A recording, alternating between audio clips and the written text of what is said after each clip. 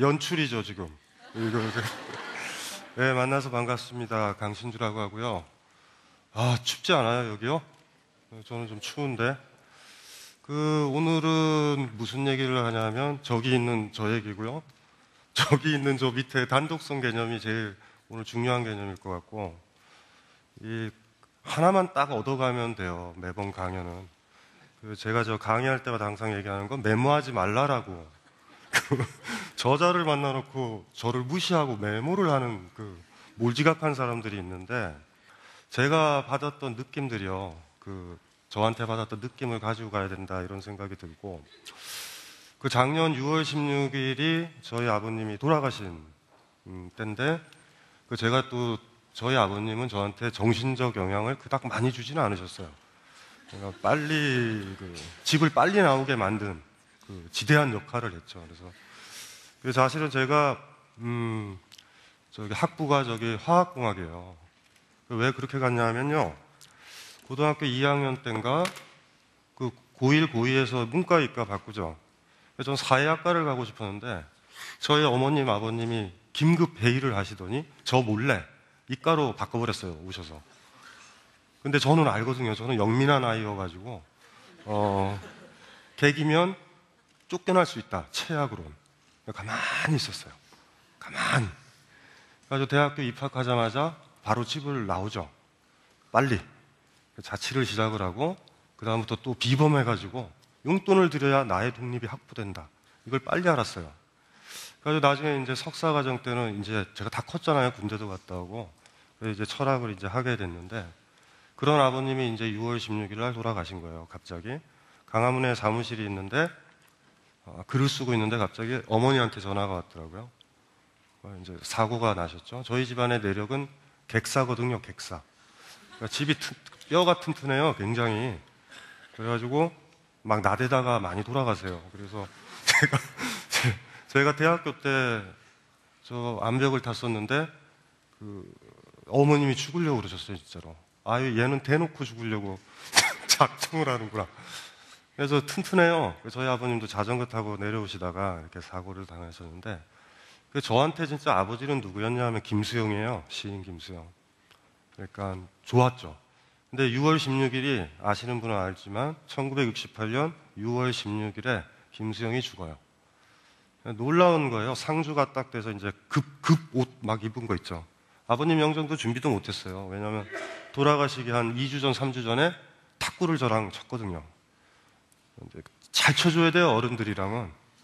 만판으로 이기면 다시는 저랑 안 치고 아주 미묘하게 이렇게 쳐서 이겨야 돼요.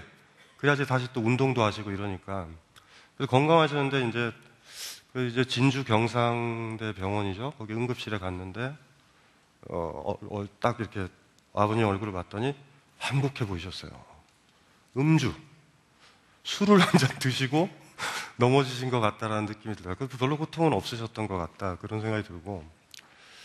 근데 거기서 이제 6월 16일인데 이렇게 손님들이 막 왔다 가서 새벽 2시, 3시 되면 상주 해보신 분 있어요? 상주? 제가 큰아들이거든요. 상주. 안 해봤죠? 해보셨어요? 예, 2, 3시 되면 썰렁하죠? 혼자 가만히 있어요, 멍 때리고. 진짜 좋은 친구들은 2, 3시까지 있어줘야 되는데 다 가요. 혼자 이렇게 앉아있다가 보니까 김수영의 시가 하나가 떠올랐는데, 누이야 장하구나라는 시가 있어요. 누이야 장하구나. 그 시는 어떤 시냐면요, 중간에 이렇게 나와요. 김수영이 이렇게 얘기하죠. 모르는 것 앞에 고개를 숙이는 건 내 오랜 습관이니까 라는 표현이 나와요. 저는 그 시가 좀 이해가 안 됐어요. 제가 왜 이 얘기를 하냐면, 저희 누나가 급히 귀국했어요. 말레이시아 쿠알라룸푸르에서 살고 있는데, 오더니 우는 거예요. 나는 우리 누나가 그렇게 우는 걸 처음 봤어요. 꺽꺽꺽 울다가 나중에는 한참 지나 보니까 호흡이 안 돼요. 호흡 아시죠? 호가 뱉는 거고 흡입하는 거거든요. 호흡 하다가 호만 돼요, 호만. 눈이 이렇게 뒤집어지더라고요. 그래서 누이 이렇게 해서 물 뿌리고 물어봤어요. 진짜 진지하게. 아버지를 사랑하냐고.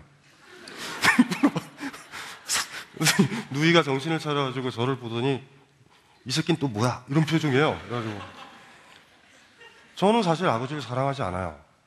제가 왜 이 얘기를 하냐면 저는 아버지가 뭘 좋아하는지 몰라요, 사실. 우리가 사랑한다 하면요, 그 사람이 뭘 좋아하는지 알미거든요. 왜냐하면 그걸 알아야 돼요. 알아야 그 사람을 행복하게 해주니까. 근데 저는 새벽 2시에요. 음악을 하나 틀어놓고 싶은데 상갓집에 아버님이 무슨 음악을 좋아했는지 모르는 거예요. 그래가지고 이렇게 하다가 그냥 제가 좋아하는 슈베르트를 틀었어요. 그냥 이렇게.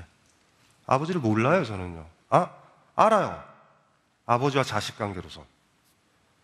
여러분들도 가족 있으시죠? 아버지가 무슨 색깔 좋아하고 어떤 소설을 좋아하고 아버지가 어떤 음악을 좋아해서 아버지가 말 못하고 병상에 누워있을 때 어떤 음악을 틀어야 되는지 아시는 분 손 들어봐요. 여러분들도 저랑 알아요?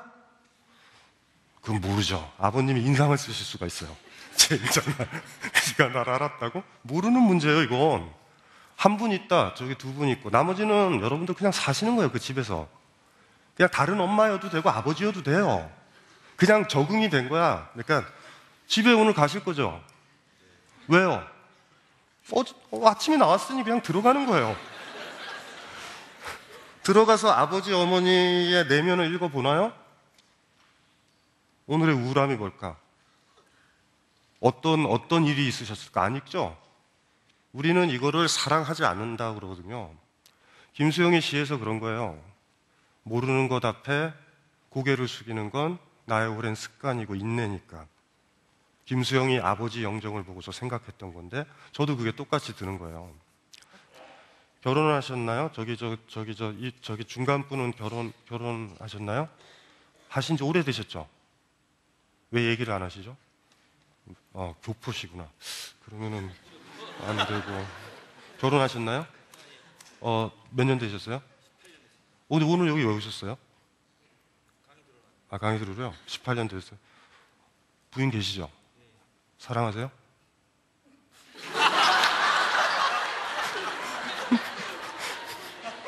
정직하게 이래. 인문학은 정직한 거라니까요.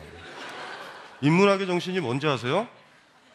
나는 아버지한테 잘해드리고 아버지 납골당 최고급으로 해드렸어요.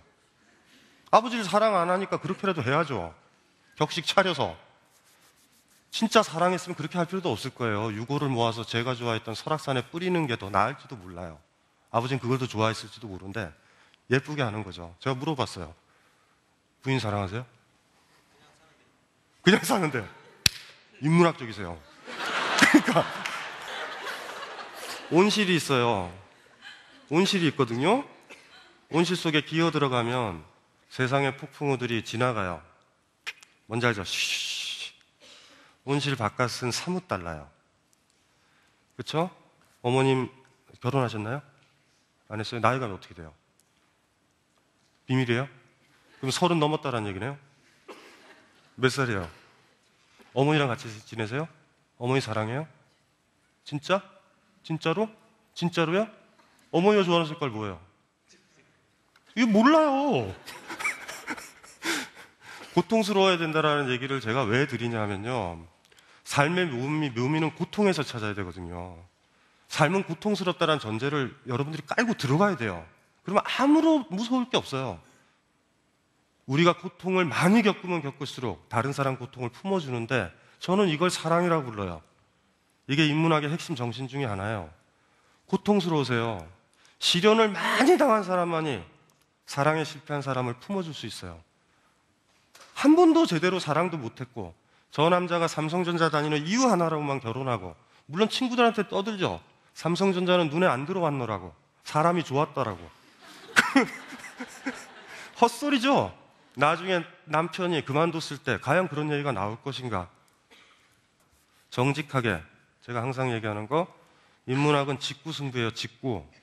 변하고 난무하는 거라고 착각하거든요. 카페 가가지고 로트레아몽이나 뭐 그런 시 나부랭이 떠들고 뭐 미셀 푸코에 어쩌고저쩌고 개소리를 해요. 그게 뭔 의미가 있어요, 그게. 삶을 어떻게 까발리고 직면을 하느냐의 문제예요. 문제 뭔지 아시겠죠? 내가 남루하다라는 거 자각에 이르러야 되고 이르러야 고치니까 내가 병들어 있다라는 거, 내가 온실에 살아서 어른의 자격도 없는데 애 낳고 지금 살고 있다라는 이 남루함을 자각해야 돼요. 사랑을 할 때 있죠. 꼬맹이 보세요. 10살짜리 꼬맹이가 게테의 젊은 베르테르의 슬픔이 독해되리라 생각해요? 독해 안 되죠. 독해 안 되는 이유는 그 아이는 그걸 겪어보지 않아서예요. 하지만 30대가 돼서 삼성전자 다니는 남자랑 결혼을 한 그 여자도 읽히지는 않아요. 그 여자도 마찬가지거든요. 어느 때 읽히죠? 시련이요. 최대한 노력을 다했음에도 불구하고 이루어지지 않은 경험, 이루어지지 않았어요. 그럴 때 베르테르의 슬픔은 우리를 울려요. 공감을 하죠. 팁이 뭐예요? 내가 그거를 나대로 겪어야지. 내가 스스로 그걸 정확하게 겪어야 돼요. 그 겪음은 다른 사람들 걸 대체할 수 없어요. 단독적이다라는 건 그거예요. 싱귤라하죠. 나만이 어떤 것들을 겪어날 때 그거를 겪었었던 사람들과 똑같이 이해되면 아니에요. 알아요. 여러분도 실현당했고 친구도 진짜 실현당했으면 알죠. 디테일은 달라요. 그 새끼는 담배를 많이 펴서 헤어졌고 내 경우는 술을 많이 마셔서 헤어졌던 디테일은 다르지만 알죠. 이해가 되죠. 이걸 우리가 보편성이라고 불러요. 보편성이 미리 존재하는 건 아니에요. 어떤 꼬맹이 하나가 게테에서부터 유명한 이제 사랑과 관련된 글을 썼던 사람들 작품들이요. 뭐 알랭 바디우의 뭐 사랑의 찬이라든가 막 기타 등등 5만 가지 책을 읽어서 요약을 해요. 요약을 해서 그 아이가 사랑에 대해서 떠들 때 몇 분 떠들 수 있을 것 같아요. 1시간만 떠들면 바닥 나요. 경험하지 않은 건. 대신 진짜로 사랑해 본 사람은요. 2시간도 떠들고요. 밤새도 떠들 수 있어요. 떠들다가 이런 생각이 나죠. 아, 맞아요. 그때 그 카페에서 그녀는 이렇게 얘기했었던 게 떠올라요. 뭔지 알죠? 그게 무서운 거거든요. 단독성은 뭔지 아시죠? 나니까 겪을 수 있는 것들을 느끼면요. 그 작가들 어떤 사람들의 작품이든지 공명을 해요. 시가 안 읽히시죠? 시의 정의는 나니까 쓸 수 있는 글이에요. 형식이나 내용에 있어서 철저하게. 시가 왜 안 읽힌지 아세요? 여러분들은 나니까 살아가는 삶을 살아본 적이 거의 없으니까. 어머니가 원했던 삶, 사회에서 원했던 삶, 선생이 원했던 삶을 흉내내고 살고 있는 사람이, 단독적인 삶을 누리지 못하는 사람이 어떻게 단독적인 자기 글을 쓰는 사람이 이해가 될까? 사랑을 안 해본 사람이, 진짜 사랑했던 사람의 글이 이해가 될까요? 이해 안 되죠? 단독성이 뭔지는 아시겠죠? 확 오시죠? 이 단독성의 바닥엔 뭐가 있냐면, 여러분들은 제가 보기엔 어떻게 보이냐면 1000년 전에도 없으셨고요. 1000년 뒤에도 없을 거예요. 동시대에도 없어요. 근데 문제는 이런 숙제를 스스로 던져보세요. 나니까 살 수 있는 삶을 살고 있는가? 그걸 못 살면 단독성은 확보 못한 거예요. 여러분들이 항상 고민해 봐야 될 거예요. 죽었다 깨나도 고민해 봐야 될 거. 나니까, 나로 태어나서 나로 죽을 텐데 나니까 살 수 있는 삶을 사는가? 아니면 앞사람이 했던 것들, 권력이 요구했던 것, 자본이 요구했던 것 흉내 내면서 살고 있는가? 여러분들이 왜 인문학 책이 안 읽히는지 아세요? 여러분이 허접하니까. 당당하게 자기 삶을 못 사니까. 그러니 안 읽히는 거예요. 읽는 순간 김수영이 읽힐 거고 우리의 위대한 작가들이 거의 다 읽혀요. 직구승부예요. 뭔지 아시겠죠? 단독적이어야 되고 절대 흔들리지 마시고요. 무서워하지도 마세요. 아버지도 무서워하지도 말고 권력자도 무서워하지 말고 다 무서워할 필요도 없어요. 그럴 시간이 어디 있어요 지금. 우리가 살아야 되는데. 우리 저 PD님이 지금 계속 테이프도 없다. 오늘은 여러분들이랑 굉장히 철학적 주제로 진지하게 얘기를 해봤거든요. 단독성. 달랑 하나 건졌다. 단독성이요? 이렇게 정의하죠. 바꿀 수 없는 것. 그런 삶을 사셨으면 좋겠어요. 그걸 살다 보면 모든 사람이 그리 살고 있다는 걸 알 거고 그리 사는 사람들의 작품들이 읽히게 될 거예요. 그러면 여러분들은 스스로 머리를 이렇게 쓰다듬으면서 대견하다 이러면 돼요. 나 대견하다 이러면. 저도 사실은 개인적으로 대견해요. 이렇게 대견하다 이렇게. 여러분들 대견하지 않죠? 대견했으면 좋겠어요. 내년쯤 되면 더 대견해지고 매해 정신적 키가 한 뼘 정도씩은 커지셔야 돼요. 어른이 될 때까지. 나이 처먹었다고 어른이 아니라는 거, 이거 까먹지 마셔야 돼요. 어른이 진짜 돼야 되겠어요. 그 다음에 사랑을 하든 사랑을 받든. 어른이 된 다음에 사랑을 해야 되죠. 어린아이가 사랑하는 것처럼 비극은 없어요. 이 세상의 가장 큰 비극. 성숙하지 않은 사람의 사랑은 폭력이니까 항상. 이것만 헤아리고 30분이다. 저도 똑같은 놈이 됐어요. 어쨌든 간에 행복하시고요. 이걸로 오늘의 굉장히 심오하고 철학적인 그런 이야기를 마무리하도록 할게요. 고맙습니다.